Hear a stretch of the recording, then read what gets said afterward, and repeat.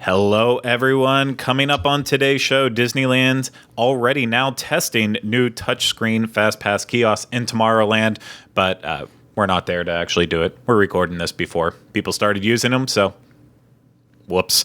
Also, Mickey's Toontown lost its mountains. Where did they go? Who knows? We'll have to find out on that. And then also, there's going to be new food items coming to Star Wars Galaxy's Edge. And also, the 60-day advanced reservations are happening now. So, from the Bob Varley studio in Orlando, Florida, and points around California, this is the Disneyland edition of the Diz Unplugged.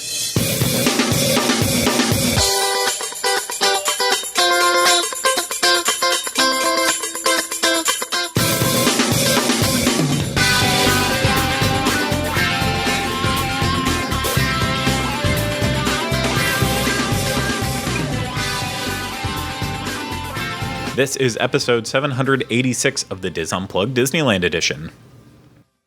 The Diz Unplugged is brought to you by DreamsUnlimitedTravel.com, experts at helping you plan the perfect vacation. Visit them on the web at www.DreamsUnlimitedTravel.com. And also by Disboards.com. Join over 1 million Disney fans discussing their Disney vacation, the latest news, rumors, and so much more. Visit Disboards.com and join the discussion today.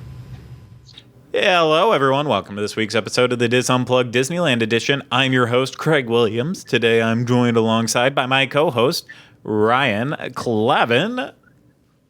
Oh, okay. Hello. Or the artist formerly known as Rhino. I am still known as that. Formerly. And then back on the controls, we have Corey Fiascanaro. Hey, guys. And then from California, we have Tom Bell. Hey, everyone. And we also have Morgan Lamone. Hi. Yes, so very exciting. Hey, everyone. Welcome to this week's episode. We've got a little bit of a fun one for you here. Lots to talk about, lots of good news. We're going to talk about that food news. I know Rhino's most excited about that. I love food. As he yawns directly into the microphone, acting like people listening can't hear yawns. I hope they can. They're not just a visual thing, Rhino. They make noise. They're also oral. AURAL. Yeah, so there you go. But we have lots of fun stuff to talk about. But as always, before we get into all of that, I have to open up the floor to housekeeping. If anyone has anything to share, then now would be the time to share it. Anyone? Yeah, I just want to say thank you to everyone that sent their good wishes on Friday. I'm not going to go into it here, but thank you, everyone. Yeah. Couldn't say it better myself. Yeah. No, I truly could not say it better myself. So, excellent. Anyone else have any housekeeping? Nope. That's it? Okay, well, very good then. Why don't we just jump directly into the news for this week? And we're going to start with those weird touchscreen thingies that I talked about at the cold opening of the show. So it actually begins as of the day that we are recording, October 15th. However, this is being released on the 16th. I couldn't tell if Fiasco fell over or sneezed, but it's a combination of both. It's really weird because we don't see Corey, so we have no idea what's going on back there. It was a ghost. It was definitely a sound. That is for sure. But anyway, so Disneyland's making this change to the way you can potentially make your fast passes in Tomorrowland with new touchscreen self-serve kiosks. So basically the kiosks are going to be located in front of the Tomorrowland Theater, and there will be that's where you will get your fast passes for Space Mountain, Star Tours The Adventure Continues, and Buzz Lightyear's Astro Blasters. So guests will scan their ticket and use the touchscreen to select the attraction they would like a fast pass for, and then with that, paper fast pass tickets will no longer be printed. So Tom goes on to say that currently paper FastPass tickets are not collected and are only used as a reminder of return times. Guests are asked to scan their park admission tickets at FastPass terminals. Guests using the new kiosks are advised to link their park ticket to their Disneyland app in order to view the return times. The pilot program is only being tested in Tomorrowland and could be adjusted during the test as the test proceeds. Sorry for my jumbled mouth there, but I think this is pretty unique.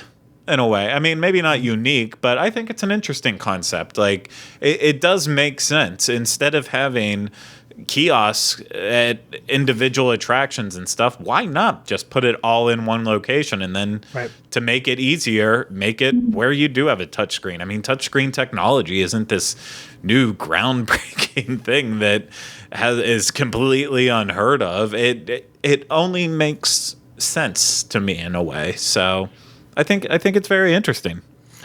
I think it may be twofold. It may be that they're just trying to do that, but also I think they're trying to find any way they can to free up walkways. And so if they can get rid of that Buzz Lightyear Star Tours FastPass area there, it's going to widen that path in Tomorrowland, which is the old Adventureland, I guess, the old bottleneck. Yeah, it's kind of interesting. It's very interesting. The tough part for us, I have to say in this case, is that, I mean, not counting Fiasco. Sorry to leave you out of this one, but I guess I can't count you in, but anytime any of the people on this panel currently go to Disneyland, we all make use of MaxPass. So He was with us in Disneyland. I know. That's why I neglected to include him, and then I re-included him back into it. I thought you included him, then neglected him. No, I neglected, then included him in there. And we only, the Diz as a whole only goes using MaxPass. It's way too convenient. I mean, fortunately for us, it comes in the annual passes that we purchase for it. But even if we buy, like in Fiasco's case, when we went out there having to buy individual, however many days he's there for, tickets for that, it's like a no-brainer adding MaxPass on. The 2 times my wife has been with me in California since MaxPass has come around, it's been one of those things where each time she looks at the price and like, do I really have to add it on? I said, yes, you do. I'm not visiting Disneyland with someone who doesn't have MaxPass. I'm not saying it's. I'm the same way with my friends. I'm like, oh, you don't have MaxPass? Okay, well, maybe we'll hang out another day. And I was just going to say the hike to, sorry. Oh my gosh. You getting a call right now, Morgan? Yeah. Oh my gosh. Friends, yeah. Oh, they're really mad at me. Sorry, I didn't know what just happened. What was I going to say? Oh, the hike to pick up a Space Mountain Fast Pass is just so long, just to go there to pick up a reminder to come back.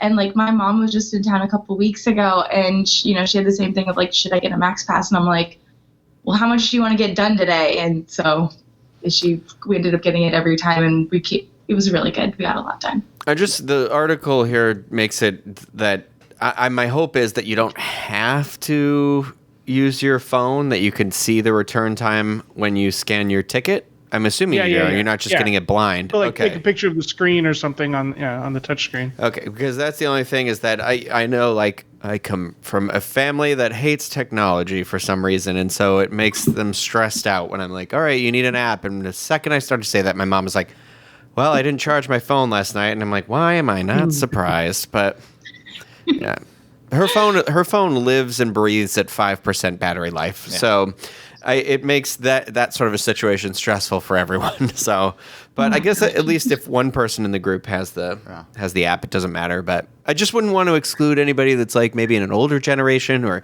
the Amish. Yeah, there will always.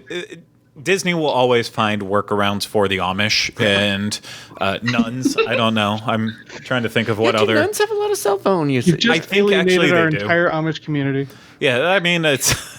Well, let's be honest. We're not offending the Amish that don't use technology because they wouldn't be watching the show. But I have spent some time in Amish country myself. They were very hospitable. Yeah, yes, that is absolutely correct. But no, Disney will never neglect to really, hurt a group that can't be helped in this situation. So I'm sure that's why it's nice that they're doing a test and they're not just rolling this out everywhere, all around. Work out the bugs, yeah. Yeah, but I mean, in some situations it doesn't even make sense to roll it out anywhere. Like, do they need to convert Haunted Mansions into a touchscreen kiosk and maybe add like, Splash Mountain and Haunted Mansion together and put it in there. But like I just like the idea that they're reducing the use, like all this paper that goes into these fast passes that they have. So now it's gonna, like, I know it doesn't seem like a lot because it's a really small ticket, but it adds up with, however many people visit a park a day, that many sheets of paper, and then whatever gets pre-printed has the dates on it, and that gets thrown away or wasted. So. Or they just make a mess at the kiosk and just leave it there, or leave it on top, or leave it on the floor. Yeah. Yeah. And who knows? Disneylanders might hate it, and it might be right back to paper. But our obvious recommendation on it, just use MaxPass. Have a smartphone, use MaxPass. It will change your life. So we're going to move on and onto our next story here, which is that the mountains are gone from Toontown. And I don't know how that happened. Tom, what's going on? Where have all the mountains gone? Where It's like a song. Mickey and Minnie's Runaway Railway is coming, 2020 something. And to fit it in, Disneyland had to demolish a parade barn that was backstage behind Mickey's Toontown. Well, it just so happens that all of those mountains, most of the mountains behind Toontown were attached to the building. So as that building came down, so did the mountains. So Toontown looks a little bare right now. Have you seen it, Morgan? Mm-hmm. You wouldn't, if you didn't know that the mountains were gone, you'd walk into Toontown like something's different. Right. And Right. It's very obvious. Yeah. I mean, at least the ones behind Mickey's house are still there that say Toontown, but all the ones that were on the north side, are gone. Yeah, and you can kind of see the other buildings in the past if you're at a certain spot in Toontown. You can see the Team Disney Anaheim building, and yeah. My friend would say, like, you're ruining my immersion. Well, yeah. I hope they bring it back when the building is completed for Mickey's Runaway Railway. It's in the concept art. A year or so, probably. Yeah, no, it seems like it's an easy fix. It literally was just on, because I don't know who in the group has been backstage in that area. So I have, and it really is. There's just, as soon as you leave Toontown and you go out, there's at least one exit that leads backstage that I went through, and you literally just leave, and there is a service road that runs pretty much all the way around the park with that. And so it's kind of like a situation where, it made sense probably way back when to put the mountains on the building, but it's something where they could easily just they could build pillars on the one side of the road and just put the mountains on top of those. But it would then, one thing it would impact then, I don't know how big of a deal it would be, but it did add a depth of field that the mountains were pushed a little bit further back. So, whoa, is someone racing away here? Drag race or blow their nose? That's mine. Jeez. Near the highway. She's near the highway. Okay. They need a beachfront highway. We've said this many times on the show. I didn't say it today. The one time I neglect saying this, and that's when it actually happened. We needed a reminder. Yeah, but it is shocking looking at the pictures. I don't know if Morgan sent us pictures. I know Luella sent us some from right after it happened, and it does look so awkward in there without that extra balance, without that extra layer. It's luckily she took the photos on a beautiful blue sky day, but it looks less toony. Like all the buildings, like that was the thing, is I feel like the hills added this, like you said, this depth of field, but it also gave it that, like, okay, I've gone into Toontown and I can see the horizon, and and this way it's just kind of like, all right, well, I'm in an area where there's a lot of weird looking buildings. I'm gonna say it, and I'm gonna offend Walt Disney World fans. It looks cheap, and it looks like something that they would do at Walt Disney World, and where they're just like, yeah, we're not gonna paint the building blue, it'll be fine. That's the thing. That's what they love to do here now. Just paint the building blue, and they're like, it'll blend in with the sky, and it never does. So, but yeah, as Rhino mentioned, the concept art for Mickey and Minnie's Runaway Railway does have the mountains in the background. However, it also wouldn't be the first time that mountains, or not mountains, I shouldn't say mountains specifically. It wouldn't be the first time that artwork has just magically disappeared from the concept art. Oh, yeah. When Disney releases it, I mean, it's the last glaring one, I believe, besides like the concept art for stuff in Star Wars Galaxy's Edge that never came to fruition. But that was never built. But the one I always go back to now is our beautiful Toy Story Land, which was supposed to have so much more, and you see all these little hidden details in the concept art, and then slyly in the months leading up to it they released new concept art, and it's like, okay, well, that's missing and that's missing. Well, what's hilarious about that too is they have the concept art for the roller coaster up at the roller coaster, so if you're standing in line and really looking at it, you're like, oh, there's a big chunk missing out of this roller coaster. Yeah, where's evil Dr. Porkchop? That Dr. Porkchop. But yeah, so you can never trust concept art. You're a fool if you trust concept art. I'm not calling anyone a fool specifically. I'm just saying you'd be foolish, so don't do it. And hopefully the mountains return sooner than later. But for now, we'll miss you, mountains. Yeah. Okay. Fantastic. No one can just say yeah. I'm trying to think of a song with mountains in it besides the Purple Mountains. Purple Mountains Majesty. Yeah. I mean, it's for spacious skies. I'll be honest. Pick a John Denver song. About every other one has mountains involved in it, so you can't go wrong. But we'll just move on to our next story instead. And this was a very happy story to hear about. And it doesn't affect my personal life, but it will hopefully affect some vacationers. And that's that Disneyland ended up releasing additional tickets for the Oogie Boogie Bash, and I don't know. We should have probably talked about it before we started recording. Didn't find out if any of the dates that they ended up adding tickets back for ended up selling out. Tom's holding a paper right there, so I'm thinking maybe he has the answers to that. Yeah, I know which ones are still available as of this recording. Oh, well, that will help. Let's the 17th, the 22nd, the 24th, the 27th, the 29th, and the 31st. So the 20th is gone. Yeah, the 20th is gone. That's a good amount of them, though. That's a lot. So I think we called it, didn't we, that they didn't really sell out?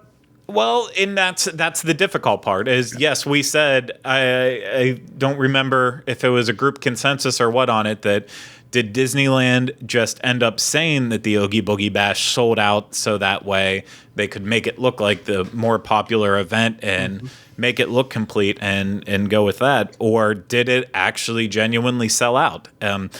So I guess the answer to that is still kind of up in the air. It would definitely give a little bit more credence to the thought that it didn't sell out and they just decided to say it sold out and leave it at that. But to open up tickets for it, that kind of leans in that way. But at the same time, I think we can all agree from our experience there that while it felt crowded in areas, and it was generally crowded, it wasn't like they couldn't stand to add more tickets to the party. I think they could definitely open it up to more people. I don't want to talk specific numbers and just be talking out of my butt or anything, but it's, would another 1,000 people there made the experience all of a sudden way more terrible. In some situations, yes, I think that would add extra impacts on the character meet and greets. If that's your goal of going, then maybe you're not going to meet as many of the characters as you wanted to, or only get to meet like one of the rare ones. But in terms of like the treat trails, those kept moving pretty quickly, so I don't think it would really impact that.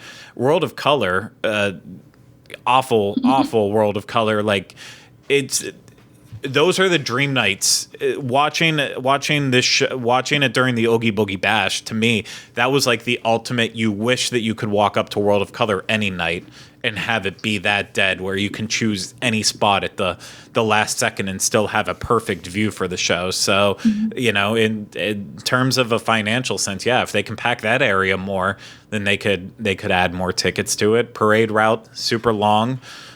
Always probably room to add people. And so, I mean, just it makes sense, but I feel like it would affect Villains Grove and the character meet and greets probably the most. But with the crowd levels that we had and the two other times we went after, it was still very manageable to get everything you wanted to done. So hopefully they don't make it too much more crowded.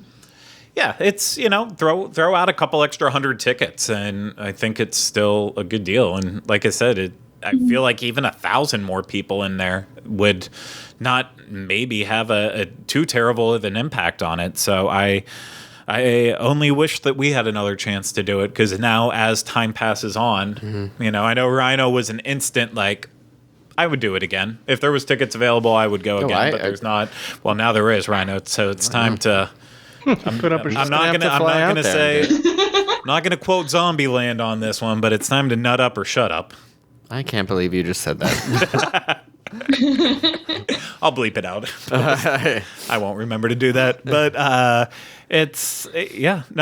would love to. It's obviously it's not going to happen. If I was going back out this year, it would be for Christmas more than anything. But exciting for locals who missed out on it the first time around when they thought tickets were sold out. They have a chance. Just a note, you have to call in to get those tickets to the ticket line at 714-781-4565. So you can't get them online. You only can get them by phone. Yeah. And if it's anything like calling Disney for anything else, then you look forward to a nice 30-minute wait, and then... Actually, I called this morning. It was like 2 minutes, so it wasn't bad. Wow. Well, I know. Tom, I'm shocked. I mean, maybe it's different on the Disneyland side of things, but I know, like, anytime anytime I call Walt Disney World, I mean, I've called Disneyland once or twice, and they've been awesome and actually really responsive, but Walt Disney World, it's like every now and then if you go, like, to make a restaurant reservation, and then, like, oh, I have to change this. Oh, my God. Every now and then randomly to be like, well, nope, you need to call Disney to change it. And like the one time I called, I wanted to change my reservation to a different date, and I called like 30 minutes in advance to my reservation, and by the time I got through, the reservation had already come and gone because it was like a 40-minute wait on the phone.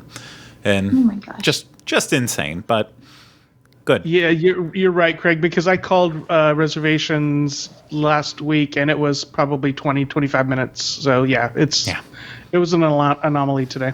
You can do a Kathy Whirling, pack your patience. So it was also early when you called them, Tom. It's early for you right now. I know you look well put together, but it's some people still haven't had their coffee only yet. From here up. Gross. Don't need to hear that.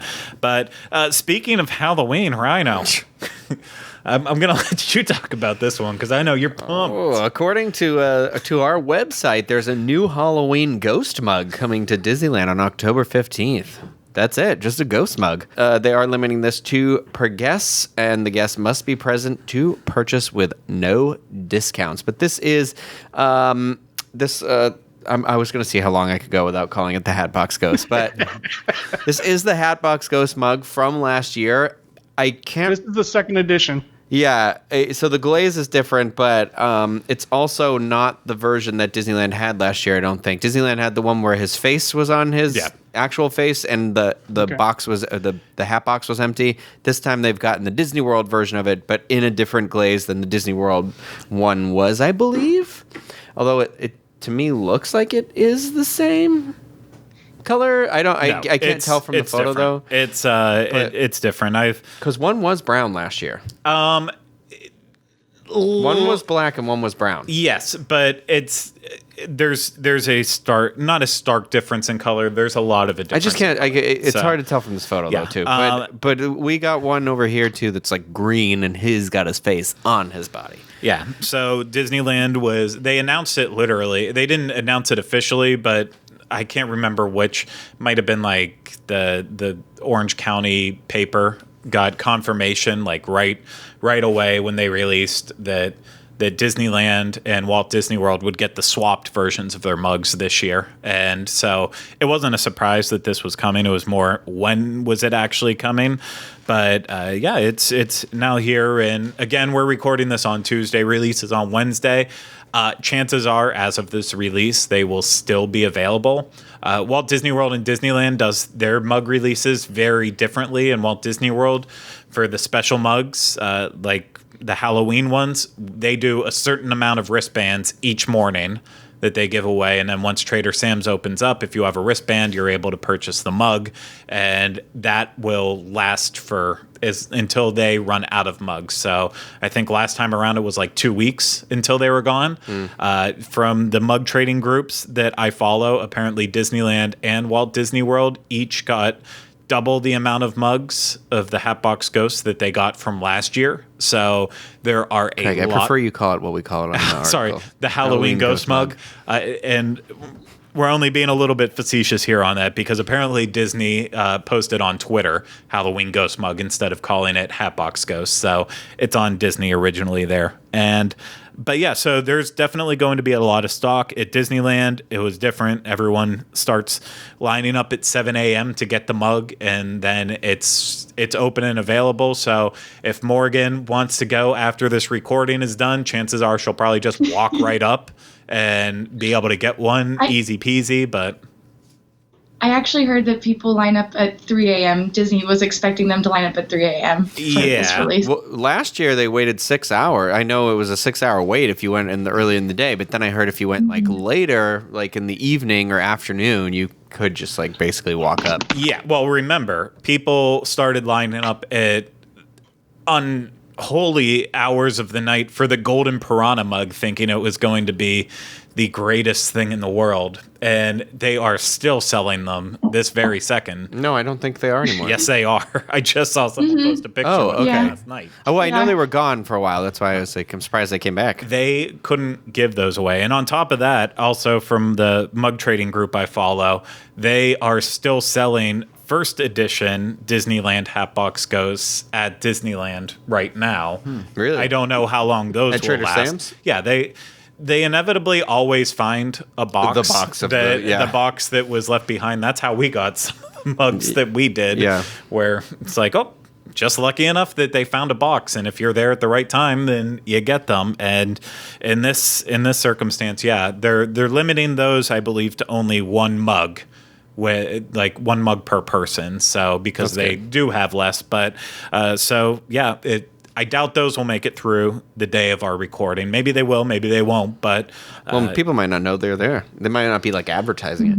Yeah, I'm not positive on if they're advertising it out there or if it's just kind of you got to know to ask. Yeah, I'm not sure which one of those it is, but chance for you to get both if you missed out on last year's. And like I said, I wouldn't be surprised just as of the day that this releases if the mugs are there and still available and might be there for a couple days. But if you see that they're still there and you haven't gone yet, I'd get out there and get them.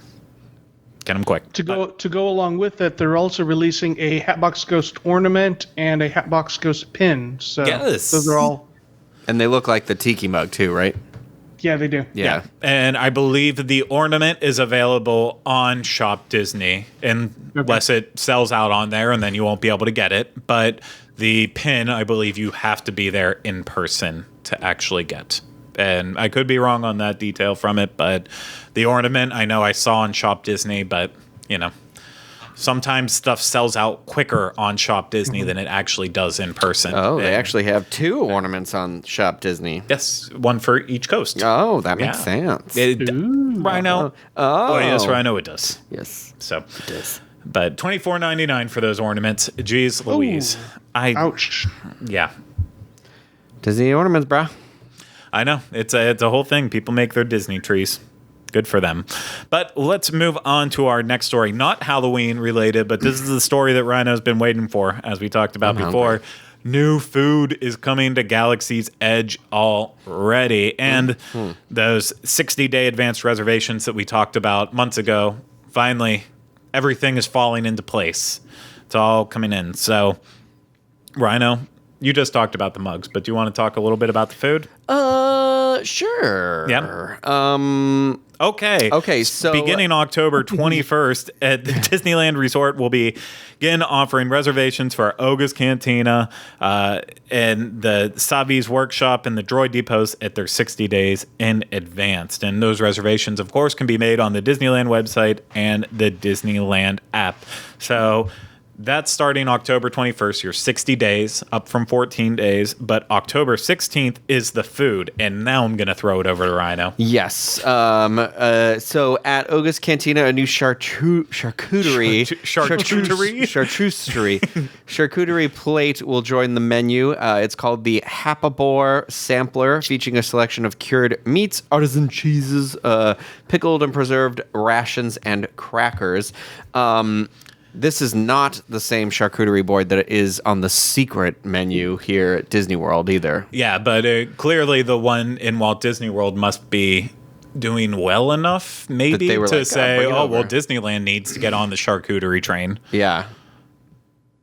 I feel like there was something. I was thinking like the charcuterie boat. I don't know. But so then at Docking Bay 7, there's a new kids meal too, which is the garden patty bun, which is a bao bun, roasted carrots, house sauce, and an orange. The bao bun's got a burger patty just sitting inside of it, and you're like, wow, somebody.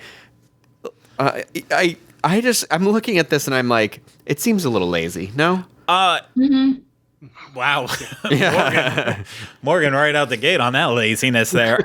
It looks, listen. I'm not much of like a cook or a chef, and I'm like, man, I could do that. Yeah, I know. I'm like, oh, look, let me fold this bao and give me a burger patty, someone quick. And then you're like, boom, there you go. Kid'll love it. I have a feeling that this is one of those circumstances where, you need to make the photo look appealing, and they had to pull the patty out. So, yeah, you need to pull the patty slightly out, stack it up so that way you can see the patty. You can see that even though it is plant-based, it definitely looks a little bit more like, it does look like meat. Like, wow, I can't believe it's not meater.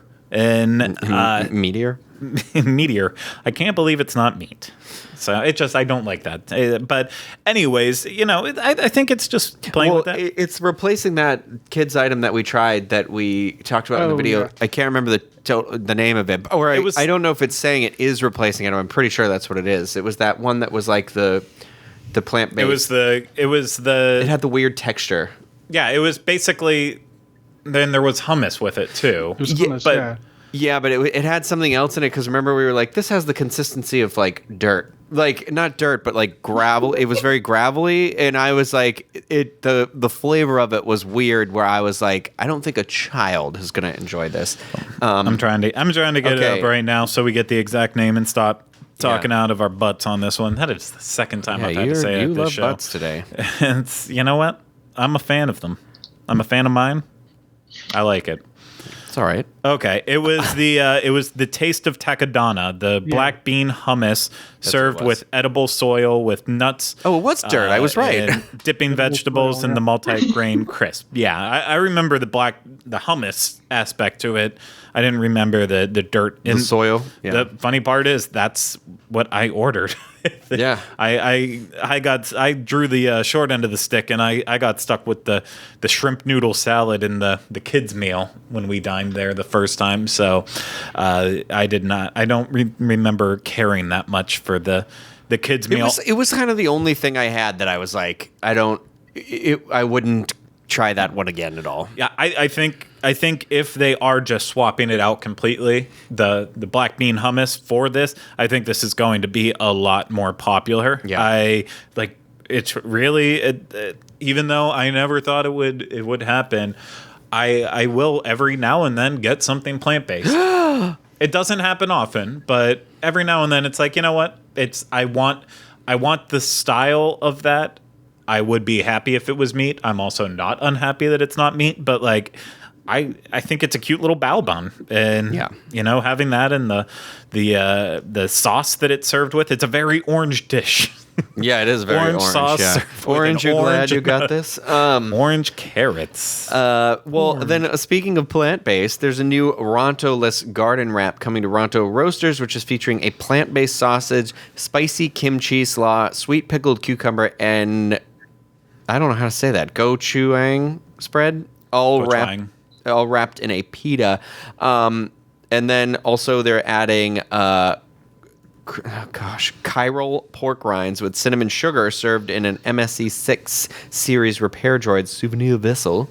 But the Ronto-less wrap, I want to try that. The fact that it's like a spicy kimchi slaw sounds good to me.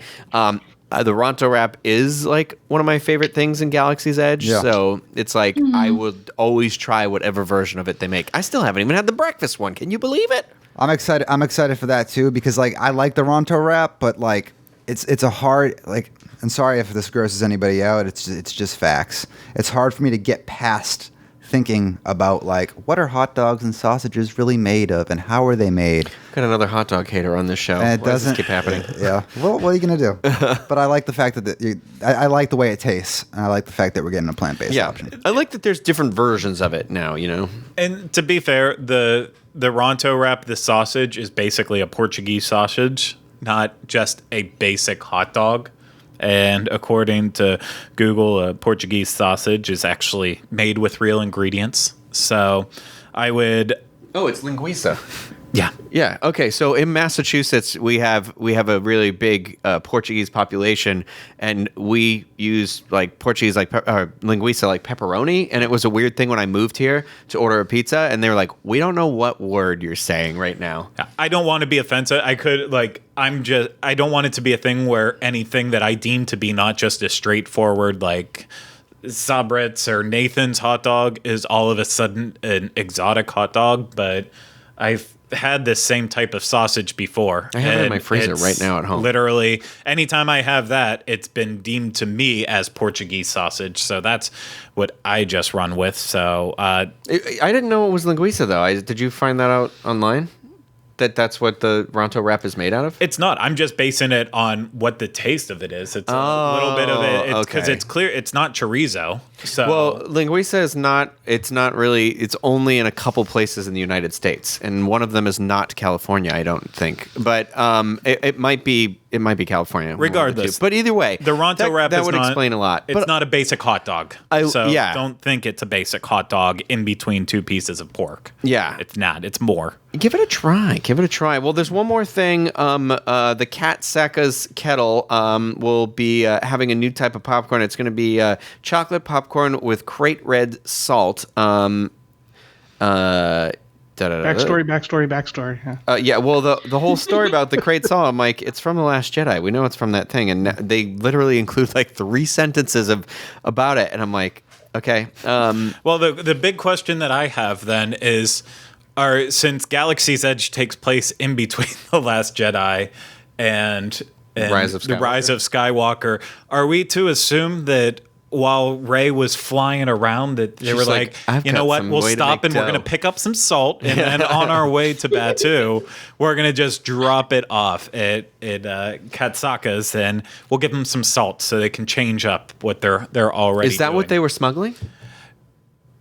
Potentially. So, yes, you got to pay for that coaxium somehow. Listen, that's what my story now is officially on why they're using the salt for. Oh, you bring a Hondo and Knuckle salt. Yeah, I just read. There's 2 books about Galaxy's Edge besides the comic books. Actually, 2 novels. It's really pumping out. I read the one that's meant for like young adults because it was a lot shorter. So I'm like, it's I'll about get through that girl, this faster. isn't it, V? No, that's the adult one. Oh, okay. The other one is basically about these 2 kids. They grow up on Batuu, and then the one leaves and then comes back later, and they meet up and fall in love. But also they work for Doc Ondar and Oga's. It is the biggest piece of marketing material in the world. Like they go into so much effort to go straight to Katsaka's farm. I'm not going to give away plot points in case anyone wants to read it one day, but it was wild. Do they get Ronto wraps and like blue milk and everything in it too? There is the mention of a lot of food on there. The one confusing part to it is that like they go to Docking Bay 7 and they talk about the food there, but they're like, oh, we sit at the counter and Cookie makes all this food for us, and it's like, well, that's not the experience that you have at Docking Bay 7. So I wonder if a couple of like the plot points that they were like, this is going to be something you can do, ended up not making it in there. Did they build their own lightsabers for 200 credits? I will tell you this. There is a person that they run into multiple times who is a scrap collector. Oh, jeez, Louise. It does not. There is nothing involved with that. But and at one point in time, I have a question. yeah. Okay, about when they were at Docking Bay 7, did they have sporks? They did not mention the sporks, no. So Or were they already stolen by then? yeah, no, they did not. But maybe I'll make something for Patreon where I talk feel about like how you bonkers should, this yeah, book is. because this is fascinating now. Yeah. Where I'm like, it sounds like somebody was sitting back and was like, got all the kids now, like lured them in with this awesome story I weaved here. It was this, and it was maybe I'll do that because it was getting like there was points where it's uncomfortable. Like I am a 32-year-old man. I should not be reading books about 18-year-olds. I'm sure they get toys hooking from up. the Toydarian at some point. I'm not gonna ruin it. Okay. I'm not ruining it. So Well, anyway, if you're out there in Galaxy's Edge today or moving forward, let us know what you think of these food items. I'm curious because they're exclusive to Disneyland. Apparently, we're not getting them. I mean, We'll see. I would say at some point in time we will get them, and I'm interested. Like we already talked about the Docking Bay 7 item that intrigues me. Yeah. Also very intrigued by the Ronto garden wrap. That I really want to try that. Pork rinds. I don't like eating pork rinds regularly. Why would I'm I not a want big- them now when they're sweet? Well, Will that like just make it cinnamon better? sugar, I feel like it makes them more. It reminds me of a Taco Bell, the little cinnamon twists. And I don't really like those. It's every now and then I will eat them just because I'm like, I paid $5 for this box and they came in there, so I'm eating everything. But then I never I never leave and I'm like, the cinnamon twist made that meal. a day. It made it, but oh god, this went like 19 different places from Portuguese sausages to. Well, now you had me excited, and now I don't know if it's been there, but I'm gonna look up linguiça. That's what you're going to do for the rest of the show? Yeah, see you guys later. Well, it's fine because we only have one more story, and then we're going to go through Morgan's updates. But the next news item is that we have the confirmation on the dates for the Candlelight Processional. So, Tom, you want to tell us It about is this? popular in California too. Yeah. So Disneyland usually doesn't announce the dates for Candlelight because, as opposed to Walt Disney World, Candlelight here is almost a private event. It's held in Town Square at Disneyland Park, which is not a huge venue. The seating is for invited guests only, Club 33 members, stuff like that. So they usually don't announce it. So somehow OC Register got confirmation of the dates. It's, as we expected, December 7th and December 8th. So if you happen to be, don't make a special trip, but you happen to be in the park, see if you can get some standing room only viewing in Town Square, usually twice a night. So, the last couple of years they've been really good about not leaking who the narrator is. So, who knows? We'll see who has a movie coming out in December that they need to promote. So. Yeah, wasn't it? I'm Was it assuming last it's year? Star It was Chris Pratt last year yeah. and Hemsworth the year before, I think. Yeah. Yeah, I remember. Chris is it going to be this year? I bet it's a Mark Star Wars Hamill, maybe, person. I don't know. Yeah. Yeah, and Kurt Russell had done it there in the past before, and Yeah. I believe Dick Van Dyke. I mean, that's the one thing that I'm super jealous about. I love the Candlelight Processional here at Walt Disney World at Epcot. I think it's one of my favorite things to do during the holidays. I always like trying to see a different narrator I haven't seen previously, and a couple ones I try to see every time. But it's a really beautiful show, and like my dream is to one day be able to actually see it at Disneyland, where the thing actually kicked off. And I mean, it's more of a prestigious event there because of the private nature to it, and in terms of the it's Just with the train station in the background and the trumpeters on top of the train station, it's just really, really cool. yeah. And I don't want to insult any of the celebrities that come to Walt Disney World, because there are definitely A-list celebrities who do the event, but I mean, it's at Disneyland, it is basically a guaranteed A-list celebrity, and it also makes it more convenient that they're right there in California, that you have Hollywood to pull from. So whereas like at Walt Disney World, they basically have to goat them and their families into it by offering them You get a trip. full paid vacation. I mean, that's like it's literally Neil Patrick Harris just banks on it every year coming back, so he knows that him and David and the kids will have They were just here trip. though, so I don't know if they're coming this year. Oh, I think they already David, announced we're him going as to a Oh, Disney. okay, never mind. It's a year without Neil Patrick Harris at Candlelight Processional is like A travesty. it's a year without Santa Claus. Yeah. it's like that classic Rankin Bass Bass cartoon. So very cool. So I know Tom, you've seen it there, and have Morgan? Yes. Have you ever seen it? I've seen it in passing. I never was able to like stop and watch it. Yeah. Cool. But very exciting. So if you're lucky enough to be there on those dates, maybe you'll get lucky. So, or you won't. You won't see anything at all. So you'll be walking down the Main Street bypasses and stuck that way. But anywho, that will do it for our news portion. Morgan, what do we got in the updates? What do you got?